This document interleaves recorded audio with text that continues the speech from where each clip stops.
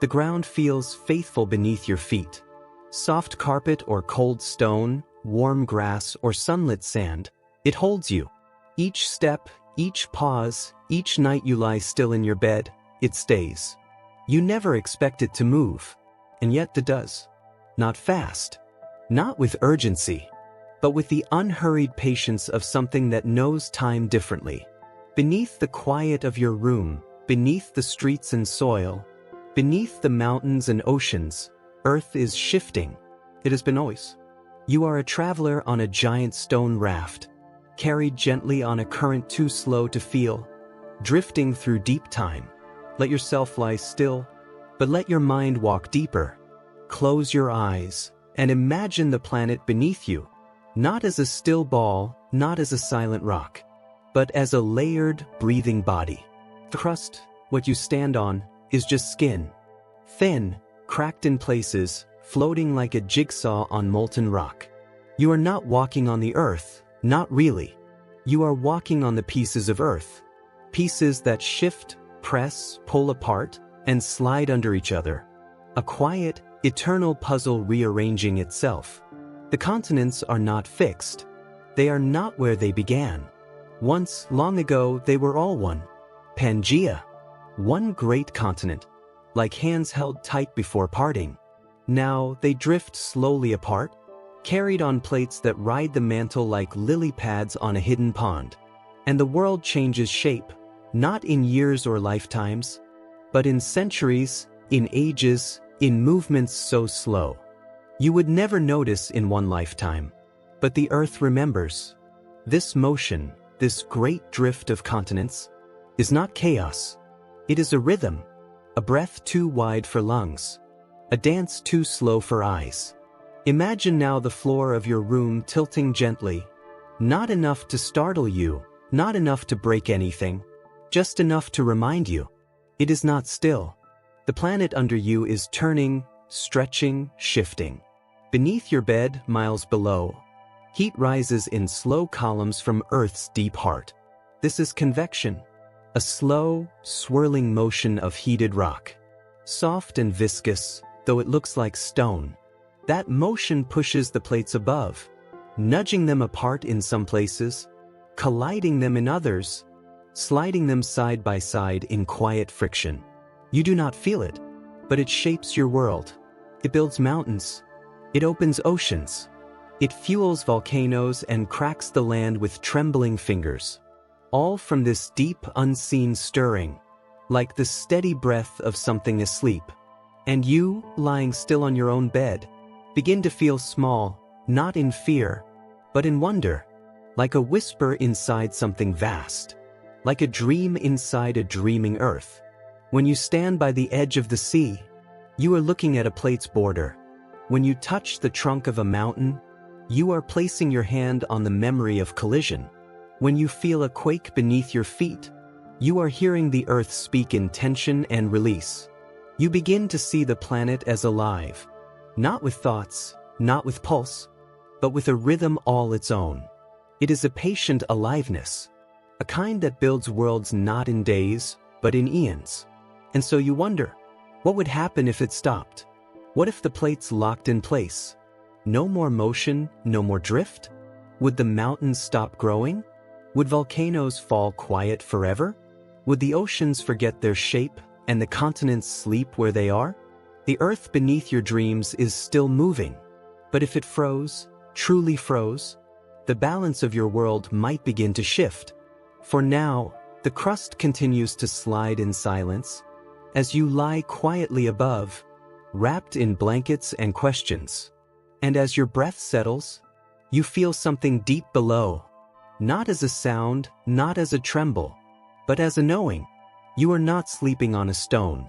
You are sleeping on a story still being written, line by line, fold by fold. And beneath the stillness, a slow song hums from the mantle, one you will follow into the next dream. Because deep down, you are ready to listen to the earth's quiet song. Beneath your feet, beneath the crust, lies something warmer. Not liquid like water, not solid like stone, but something in between.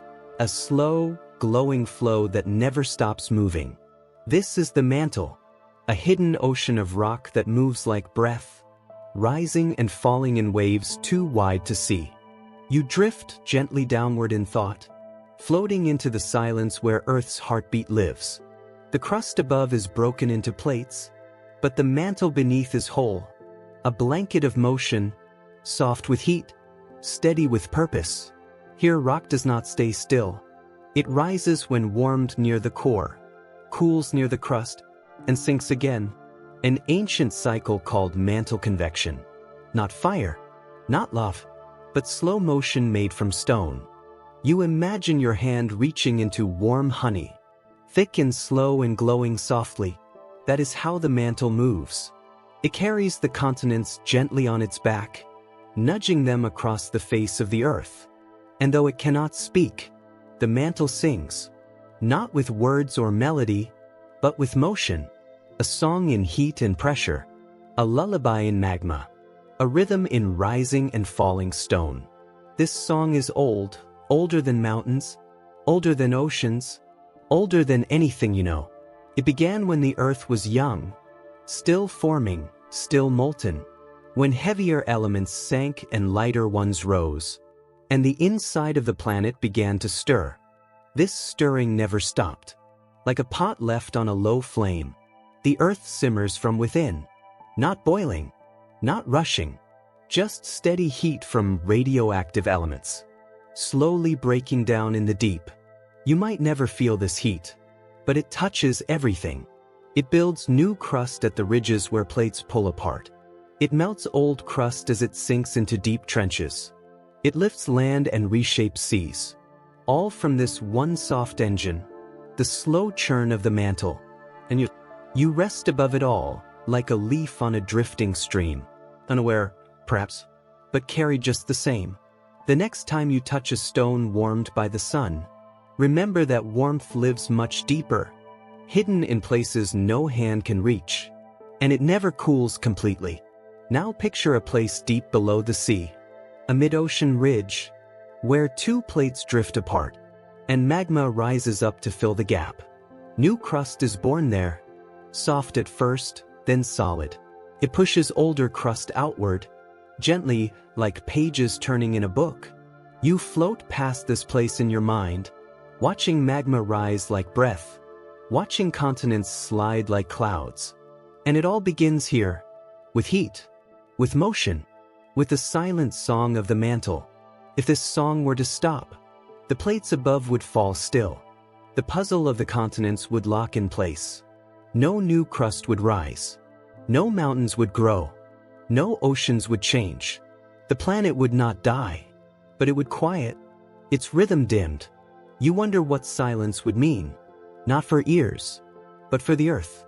Would volcanoes become monuments instead of memories? Would earthquakes fade into legend? Would the world slowly cool and forget how to change? And if it did, what would rise in place of motion? What new balance would emerge? In a world with no drifting plates? You rest in that question now, not rushed, not afraid, just floating in the warmth of knowing. How much life depends on the things we never see. As the mantle's slow song fades into the quiet, you feel the crust above you, cooler, thinner, lighter, held gently by this deep breath below. And you begin to wonder, if continents move so slowly, how do we know they were once together? What clues has the earth left for us? In stone, in shape, in fossil and fold? The answers lie just above the mantle, on the plates that ride its song. And as you drift upward through your thoughts, you reach toward the surface again, where the continents rest like puzzle pieces, gently sliding apart. You are ready now to follow their ancient trail. The map on your classroom wall once felt final. Bold lines, labeled countries, familiar shapes of continents. Africa, South America, Asia, Australia. All in their places as if they had always been so. But maps are just snapshots, frozen frames in the movie of deep time. And the earth, you now know, is not still.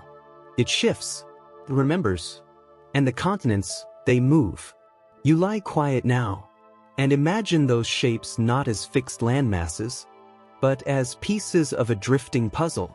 Slow, steady, timeless in motion. Look closely at the coastlines. South America's eastern edge curves like a question mark, and Africa's western shore seems to answer it. It is no accident. They once fit together, long ago, locked side by side like sleeping siblings. Not neighbors across an ocean, but one body, one breath. That body was called Pangaea, a supercontinent, all land, one land. It gathered the continents like a cradle, held them close for millions of years. And then, it began to drift apart, not with thunder or flames, but with the same patient power that pushes your breath in and out. The plates beneath it, floating on the mantle's silent song, began to shift. The puzzle loosened, the bonds stretched, the land split, slowly, invisibly, until Pangaea became a memory written in stone. You do not remember this, but the Earth does. It writes its history in mountain chains, in matching fossils found on opposite shores, in rocks of the same age and type, separated now by vast oceans. In South Africa and South America, fossils of the same ancient fern, Glossopteris, lie buried. How could they be the same? If the lands were always apart? They could not. But once they were together, and the plants did not know they were crossing continents. They were just growing, rooted in what seemed like home. You float above this history now, watching the continents slide gently through deep time. They are not just land. They are rafts of memory, carrying life across the surface of a living Earth. And still they move, only a few centimeters a year, slower than your fingernails grow. But give it 1,000,000 years, and a shallow sea becomes a mountain range.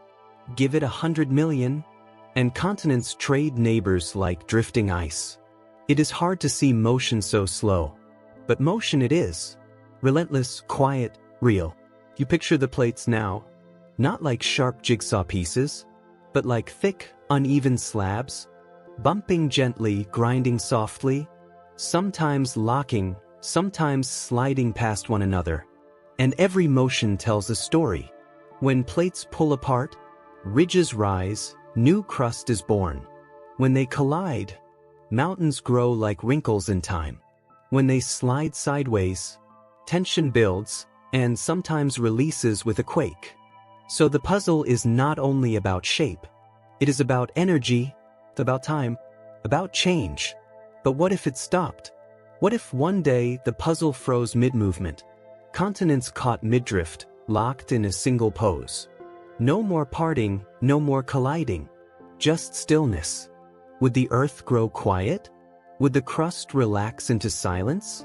Would the mountains erode without ever rising again? You imagine a frozen Earth.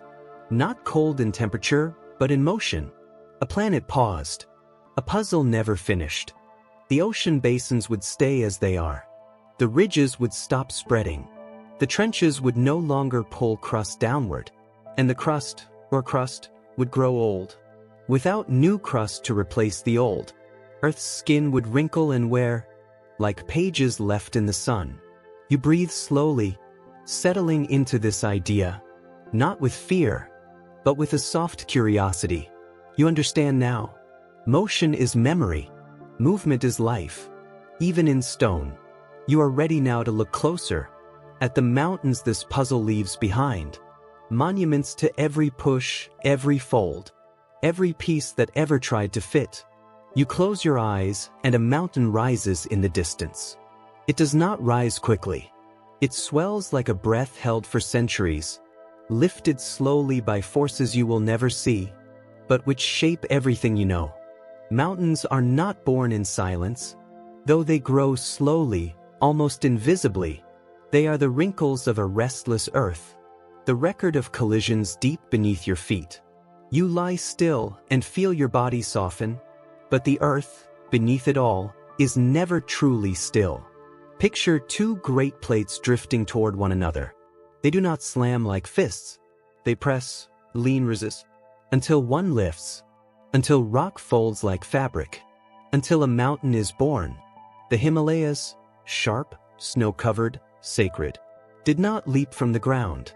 They rose, grain by grain, from the long collision of India with Asia. And they still rise.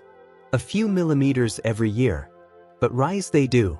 Now imagine all of this slowing, until the plates no longer push, until the motion stops, until the crust forgets how to fold.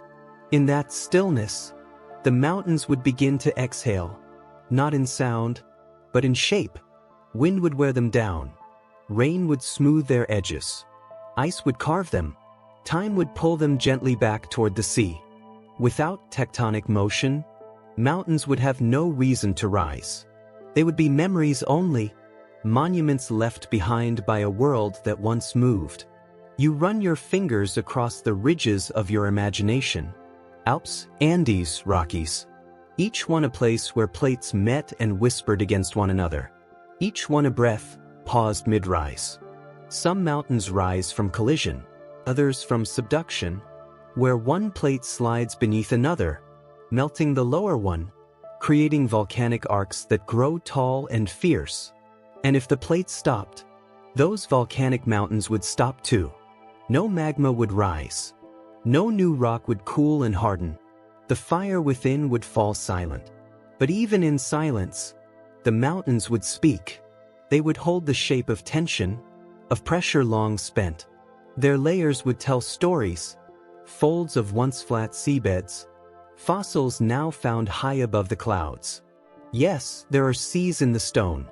You may walk a mountain trail and find shells in your palm, spiraled like sleeping thoughts, because these mountains rose, not just from rock, but from the quiet insistence of the earth, that nothing stays where it began.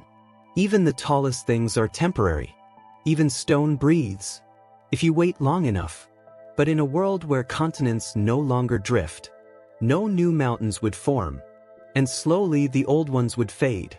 Without uplift, erosion wins. The peaks would soften into hills. The jagged edges would melt into rolling curves. The high places would return to the low. And the sky, once caught by the sharp teeth of mountains, would open wide, unbroken, silent. You lie still now, your breath matching the imagined rise and fall of ancient stone. You begin to understand that mountains are not just tall. They are old, and they are moving, even if only by a breath. And you wonder, if the crust can lift into sky, can it also split and crack below? Where the mountains rise, are there also faults that open? Is there danger when the earth moves not up, but sideways? You drift now toward that next idea, to where tension builds not as peaks, but as fractures in the earth's skin, to where silence does not last, and pressure eventually speaks. And deep beneath your rest, the earth holds its breath, just a little longer. You are quiet, but beneath your quiet, the earth is tense. Not angry, not loud, just holding something, waiting. This is how fault lines feel. Stretched across the crust like invisible seams, they mark where the plates do not agree, where the earth pulls apart or pushes too hard, where energy gathers. Imagine folding a piece of thick paper, bend it too slowly and you feel resistance. But hold it just long enough, and suddenly, it snaps.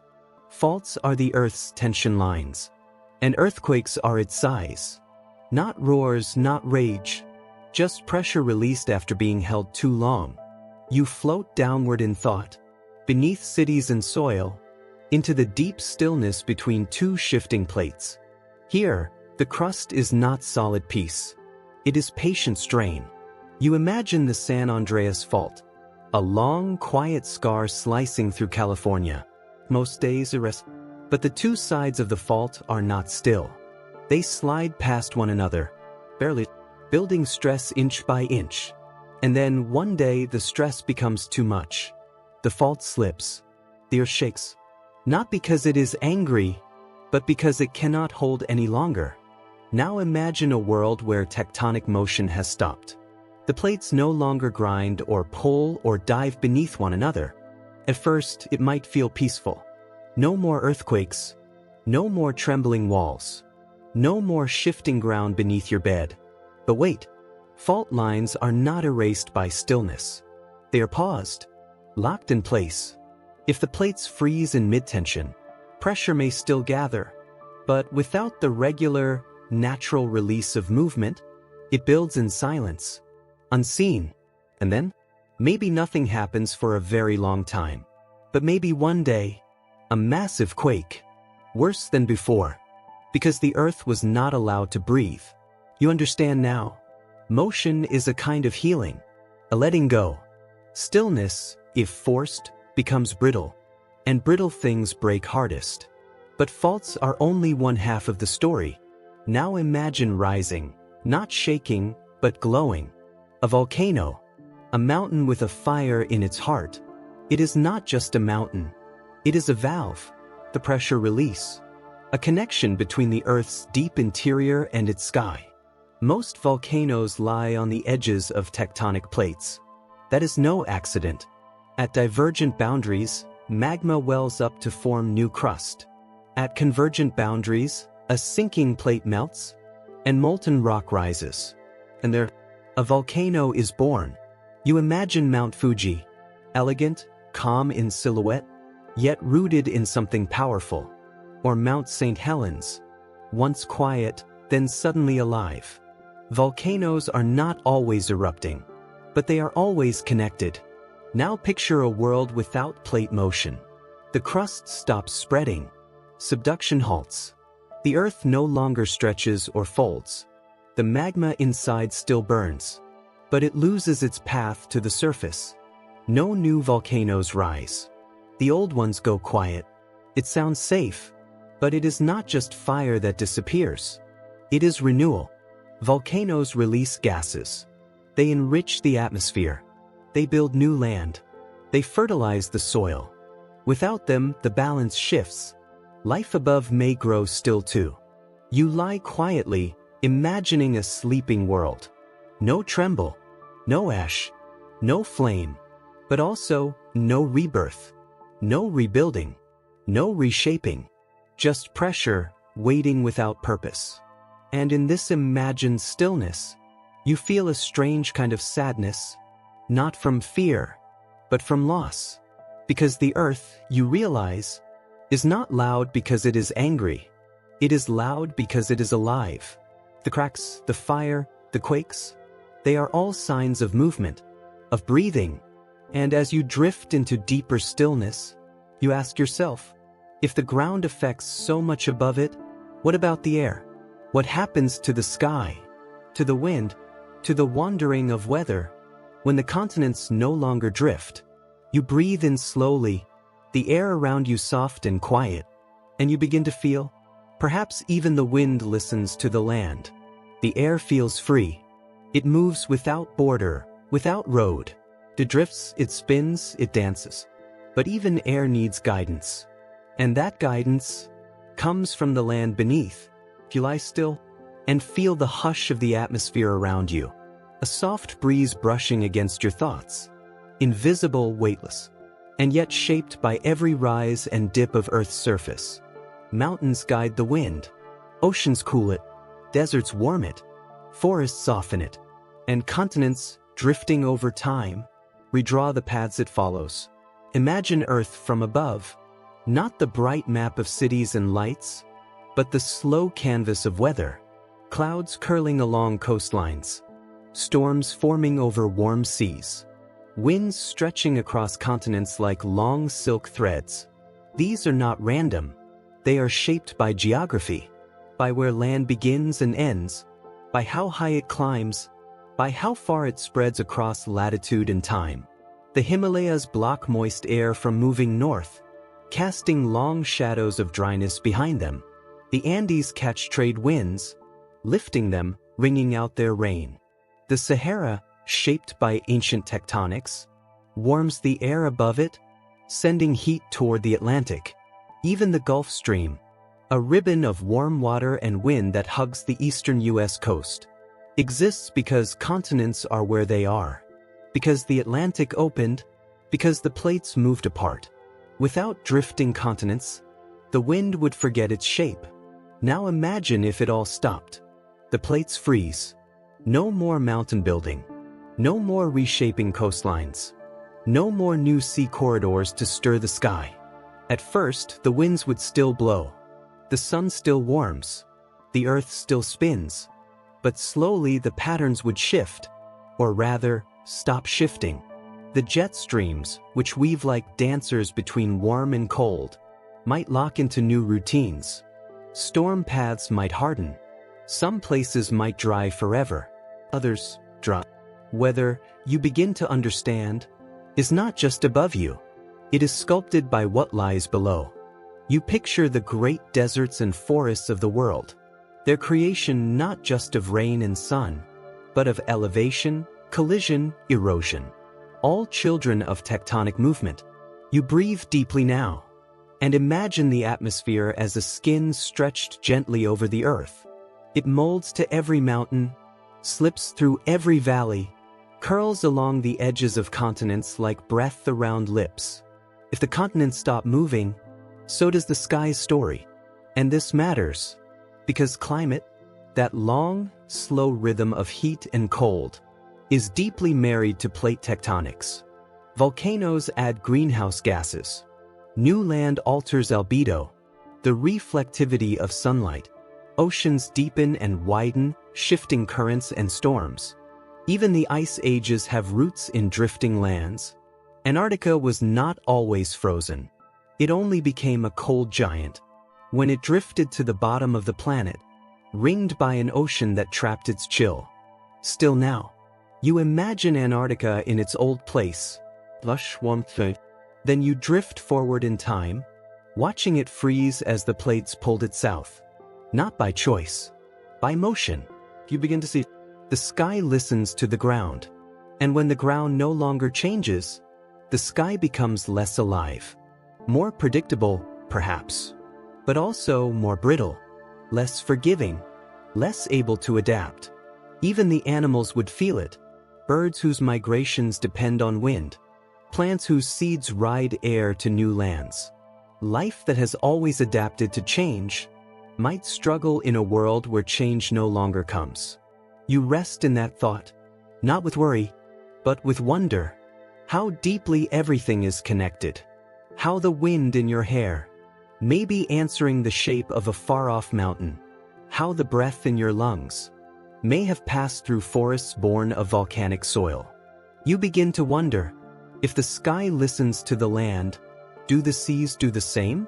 Do the oceans, vast, deep, powerful, also respond to the shifting of continents? To the opening and closing of underwater doors? To the slow stretch and squeeze of the ocean floor? You breathe in again, and feel the answer waiting in the water. The wind may forget where to go, but the ocean remembers even longer. Close your eyes. Listen for the ocean. Not crashing waves, not roaring tides, but the deeper rhythm, the slow pulse of something ancient and wide. The ocean is not still. It churns with purpose. Currents twist through it like invisible rivers. Tides rise and fall. And deep below, the very shape of the seafloor is moving. You drift now, weightless, suspended over this blue world. From above, you see the continents like islands scattered across a sea. But they are not scattered by accident. They are adrift. And where they move, the oceans change. The floor of the sea is not flat. It is rugged and alive, with ridges where plates pull apart, trenches where one plate sinks beneath another, and scars where the earth has stretched too far. Mid-ocean ridges, long underwater mountains, push new crust into the world, spreading the sea wide. And where crust is pulled back down, the trenches swallow it again. This slow dance builds the map beneath the waves. It redraws coastlines. It carves basins and lifts islands. It guides the path of currents, and with them the warmth of life. You imagine the Atlantic, a young ocean in geologic time. Born when Pangea split, it is still growing today, its seafloor spreading inch by inch from the mid-Atlantic ridge. Now, imagine that growth stopped. The plates lock in place. No more spreading. No more subduction. No more shaping from below. At first, the ocean might seem unchanged. Waves still roll. Tides still pull toward the moon. But deep beneath, the story begins to slow. Without movement, no new ocean crust forms. The floor ages. It grows heavier, cooler, denser. It sinks slightly and silently. And with time, currents might weaken. The conveyor belts of the sea, the great loops of water that carry heat around the globe, might start to falter. The Gulf Stream, the Antarctic circumpolar current, the deep water that rises along coasts, bringing nutrients from the dark. All of it depends on ocean shape, on the ridges, the basins, the gateways. You imagine fish drifting through still water, waiting for the upwelling that never comes. Plankton floating in silence. The sea, still vast, but quiet. Coastlines, too, would fall into stillness. No more continents creeping into the sea. No more land retreating, no new bays opening. No new islands rising like punctuation marks in the waves. Even the tides would change. Not in their rhythm, but in their reach. Because tides depend not just on the moon, but on the contours of the shore.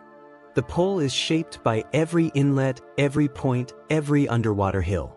If those contours never change, the music of the tides may grow dull, like a song on repeat, with no new notes. And what of life? So much life begins at the edges, where ocean meets land, where nutrients rise, where sunlight and saltwater kiss. Without tectonic motion, those edges stop renewing. No new volcanic islands. No fresh coastlines. Just erosion, pulling everything slowly back to sea. The edges of the continents wear down. Sediment washes into the sea. But with no uplift, no reshaping, nothing new replaces what is lost. And so the sea grows wide, but empty. Not of water, but of change.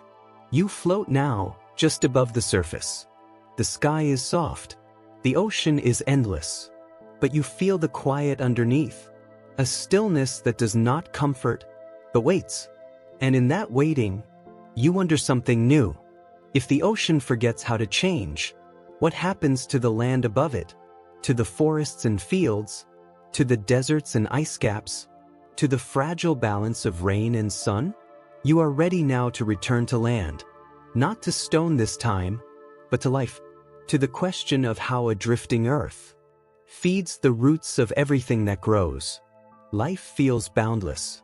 It grows from cracks in sidewalks, blooms in deserts, spreads through oceans, and climbs to the highest peaks. But life does not grow in a vacuum. It rises from soil shaped by time, by pressure, by motion. It leans on a restless earth. You lie quietly now, but your thoughts walk gently through a forest. Sunlight trickles through green leaves. Roots dig deep into ancient soil. Birdsong flickers in the air. And beneath it all, beneath the forest, beneath your imagined feet, lies the crust. The ever-moving crust that feeds the world above. Tectonic motion is not just about stone. It is about nourishment. It lifts minerals from Earth's deep stores. It grinds mountains into dust. It opens wounds that become rivers. It melts and remakes the surface so that life can begin again. Imagine volcanic ash, a blanket of minerals spread across the land. In time, that ash becomes soil, rich and dark and ready to grow.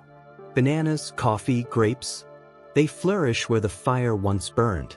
Tectonics is not just the sculptor of Earth's shape. It is the gardener. But what if the gardener fell still? What if the plate stopped moving? The continents froze, and the world became motionless at its roots? At first, life might not notice. Trees would still reach. Rain would still fall. The sun would still rise. But quietly, steadily, the system would begin to tire. No new mountains rising means no new stone to break down into fertile earth. Erosion would wear down the highlands. washing nutrients into the sea. But with no uplift, nothing would replace what is lost. The land would flatten, the soil would thin, forests might shrink, not from drought, but from hunger. And in the oceans, life depends on upwelling, on nutrients brought from the depths, by tectonic hands. Without seafloor spreading, those nutrients stop rising. The sea becomes a desert in disguise. You drift through coral reefs, once bright, now quiet, through schools of fish that flicker like memories, through currents that no longer bring what life needs. Even the air begins to change. Volcanoes release carbon dioxide and sulfur, not just danger, but balance. Too much and the world heats, too little and it freezes. Without volcanic activity, carbon gets trapped in stone, locked away, and the planet begins to cool. At first, it feels crisp, a long autumn, but over time, ice creeps from the poles, forests shrink, species migrate, searching for warmth that no longer returns, and the cycle of life becomes thinner, slower, fainter. You begin to see that motion is not just for the planet, it is for life, because evolution is built on change. When land moves, climates shift. When climates shift, species adapt or vanish. Tectonic drift writes extinction and emergence into the same long sentence. It challenges life, pushes it, expands it. Without it, life becomes still, not just physically, but creatively.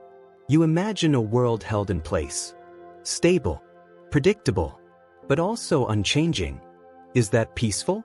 Or is it quiet in the wrong way? Because life, you realize, does not want chaos, but it needs motion. It needs a world that breathes from beneath.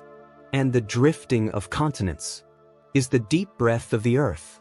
You feel that breath now, not in wind, but in wonder. And you wonder something else. If tectonic motion stops, and the surface of the planet forgets how to change, does time itself slow? Not for clocks, but for stone, for memory, for Earth's inner rhythm. You lie still, your body warm, your breath slow, and you are ready to follow the pulse. Beneath the crust, to the deep clock of the Earth, the one that ticks not in seconds, but in silence.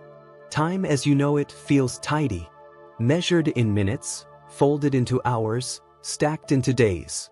But deep below your feet, time stretches long and slow, a quiet rhythm that does not tick, but hums.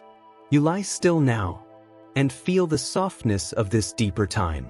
It moves not like a watch, but like a glacier, not with urgency, but with memory. This is geologic time, the time of the Earth itself. Here, millions of years are but chapters. Here, 1,000 years pass like a breath. Tectonic motion, you see, is the planet's clock. Each shift of a plate, each push of a ridge, each rise of a mountain is a tick, slow, steady, endless. It is how Earth keeps track of itself, not by counting, but by moving. You imagine the early Earth, still warm and forming, with plates just beginning to drift. The first supercontinent, Rodinia, drifted into existence, long before Pangaea ever formed. And when Rodinia broke apart, it was not destruction. It was time passing, the cycle of making and breaking, drifting and colliding, folding and stretching. This is the calendar of the crust. It is called the Wilson cycle, a grand story in stages. Continents gather, they drift apart, oceans widen, then the plates turn back. Continents collide again, and new mountains rise from the old. The entire process may take 500 million years, and it has happened more than once. That is how time moves beneath your feet, not as numbers, but as landscapes. But now, imagine that process stops. The plates halt. The story freezes. The Wilson cycle ends mid-sentence. Without tectonic motion, geologic time begins to stall.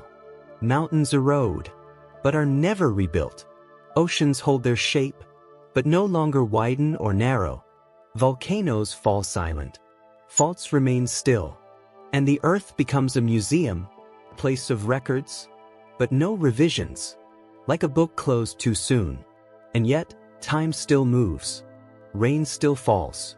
Wind still shape dunes. Rivers still cut through rock. But these are surface stories, ephemeral, shallow. The deep story, the one told in continents and cores, fades into quiet. You lie in bed, wrapped in the soft warmth of night, and imagine the Earth's inner clock unwinding. The slow tick-tick of subduction gone. The patient rise of mountains paused. The uncoiling of ridges stopped mid-motion. What would a billion years of stillness look like? Perhaps the continents would settle into a final shape. Perhaps the crust would harden, grow brittle. Perhaps erosion would smooth every edge, until the world became rounder, quieter, older. And maybe, in the far future, if some other mind looked at Earth, they would not know how it once moved. They would not see the scars, the folds, the deep story written in drifting stone. Because even time forgets, if the body that carries it grows still. But you remember that motion is memory. That shifting land is how Earth says, I am still alive. And as your thoughts grow softer, your body warmer, you drift toward the final question. If the clock stops ticking beneath us, what remains? Only the memory of motion. Only the shape of what once changed. Only the hope that stillness is not the end of time, but a quiet pause before it begins again. You are ready now to return to the surface, to look again at the world we know, its shapes, its scars, its deep and drifting story. And you wonder, in a world where the crust no longer writes, what does the Earth dream of next? You lie quietly now, as if the world itself is tucked under your blanket. You feel the weight of time behind you, the drift of continents, the rise of mountains, the breath of fire beneath stone. And yet, the world is still. In your mind, the plates have frozen. No more motion, no more change, only silence. At first, it feels peaceful. A still Earth. No earthquakes, no volcanoes, no shifting lands. The crust at rest. A world that no longer writes new chapters. Only echoes. But you know now, stillness is not quiet. It holds memory. And even in silence, Earth dreams. You picture the continents as they are now. Africa, steady. Asia, vast. The Americas, like arms reaching from pole to pole. Australia, drifting still. Antarctica, cold and patient. But frozen in place, permanently. What happens to a planet when it can no longer reinvent itself? The coastlines grow familiar. The skies more predictable. The oceans calm, but also stagnant. The rivers, with no new land to carve, begin to settle into their oldest paths. And life, resilient, searching, evolving, begins to adapt to a world that no longer adapts. Forests might stretch endlessly across flatlands, unbroken by mountain or desert. The animals within them grow still in their own way. Not lifeless, but confined. Ecosystems no longer shift to new lands. Seeds no longer travel on growing islands. Climate zones lock into place. Even extinction begins to feel different. Not sudden, but slow. A quiet fading. And yet you wonder, does Earth wait for something? Is there a memory inside the mantle? An urge to move again? Like a breath held for too long? Like a clock paused, but not broken? You imagine the heat still building below. The mantle not entirely still, but restless, as if dreaming forward. Maybe someday, a fracture forms. A single crack, quiet at first. Then a shift, gentle, imperceptible. And the crust remembers how to drift. The next supercontinent begins to form, slowly, sleepily, as if waking from a long nap. Some scientists believe this could happen. A new Pangea. A Pangea Ultima. A continent where Africa and America meet again. Where Asia folds back into Europe. Where the land becomes one body. as it was before. You imagine this world, a single supercontinent surrounded by a vast, endless ocean. A new climate, new weather, new mountains pushing skyward, as if the Earth is stretching after its long sleep. And with this motion, life changes again. Species migrate, rains shift, deserts bloom, volcanoes return, and the Earth rights once more. You begin to understand something deeper. The Earth is not just alive when it moves. It is alive because it moves. Tectonics is not destruction. It is possibility. It is how the planet breathes, remembers, and grows. Even now, in your quiet room, wrapped in stillness, your own body moves gently with each breath. And so does the Earth beneath the crust, even if its song slows. Stillness is not the end. It is a part of the rhythm, a pause between verses. And you, a listener in the dark, have heard the melody. You carry it now. The hum of stone, the breath of magma, the dreaming drift of ancient land. You are not just lying still. You are floating on the oldest story Earth can tell. And somewhere, deep beneath you, a quiet shift begins again. Because even in dreams, the Earth remembers how to move. And perhaps, it is already dreaming forward.